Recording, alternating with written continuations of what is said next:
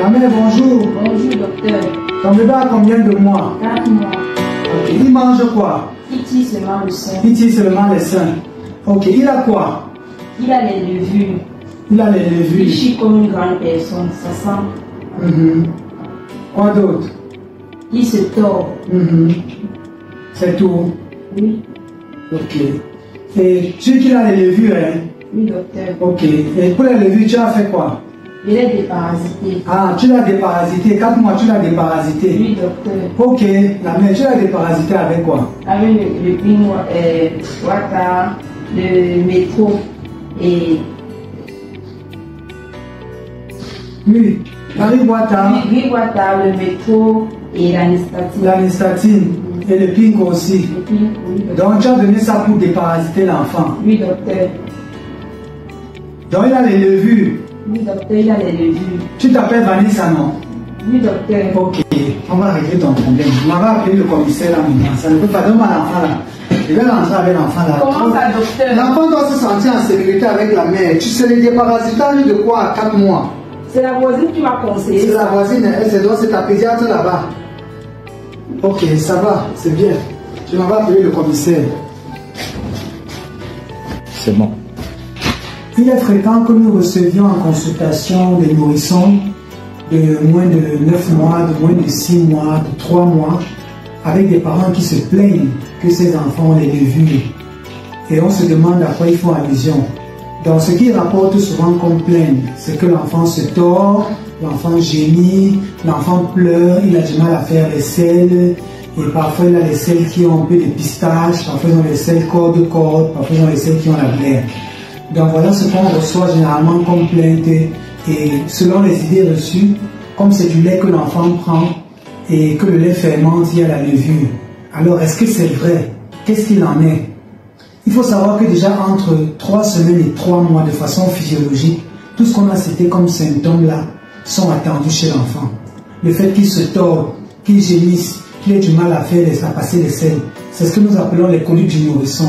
Donc nous avons les intestins qui se développent, qui se mettent en place et qui se contractent beaucoup, ce qui effectivement donne des douleurs aux enfants, aux nourrissons. Mais il n'est pas question dans ce cas de déparasiter ou de donner quoi que ce soit. Donc on rappelle encore que la fermentation c'est la base de la digestion. Il n'y a pas de digestion sans fermentation. Si nous faisons les gaz, c'est parce que nous avons la fermentation dans le ventre. Donc les levures entre guillemets dont on parle sont importantes pour la digestion de tout être humain. Tout le monde a les levures dans le ventre. Même le pape, même le président de la République ont les levures dans le ventre. Donc les levures sont importantes pour la digestion. Je suis pédiatre depuis 5 ans et je peux vous dire qu'en 5 ans, je n'ai pas demandé un examen de selle à un enfant pour les levures ou quoi que ce soit. Parce qu'on sait que c'est physiologique. Bien évidemment, il y a des conditions particulières. Mais l'adulte n'est pas l'enfant. Vous allez voir un adulte qui sort, qui prend un repas, qui n'a pas été bien fait. Et oui, il peut avoir des levures chez lui. Dans ce cas, c'est pathologique. Mais pour l'enfant, il y a des conditions particulières pour que les levures soient pathologiques. Ce sont les grands prématurés, ce sont les patients avec une immunodépression, soit au VIH, soit une malnutrition, soit sous chimiothérapie, soit pour d'autres maladies chroniques. Donc ce que vous prenez en fait pour les levures, ce n'est pas des levures. C'est normal qu'il y ait des levures. Quand vous prenez du jus naturel, vous le mettez dans une bouteille, vous fermez, vous revenez au bout du lendemain, ça explose parce qu'il y a fermentation. Quand vous prenez le vin de palme, vous mettez dans une bouteille, vous fermez, le lendemain, vous ouvrez, c'est parce qu'il y a fermentation. Quand vous faites des gâteaux, c'est la levure que vous mettez dedans. Donc sans levure, les organismes comme l'être humain ne vivraient pas. Vous comprenez donc que c'est dangereux de soigner les levures chez vos enfants. Parce que ces levures sont importantes. Arrêtez d'exposer vos enfants de façon récurrente, de façon régulière aux antibiotiques qui vont aller bouleverser la flore digestive de vos enfants et les rendre encore plus susceptibles aux infections. Donc à force de se donner ces antibiotiques, vous allez créer des problèmes là où il n'y en avait pas.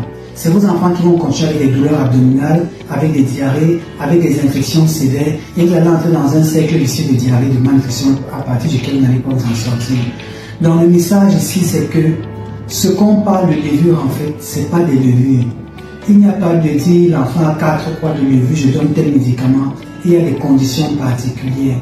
Et je vous rappelle encore qu'étant pédiatre, je ne me souviens pas de la dernière fois que j'ai demandé l'examen des selles pour soigner ou pour diagnostiquer les levures. Je ne me souviens pas d'avoir donné un traitement à un enfant pour les levures.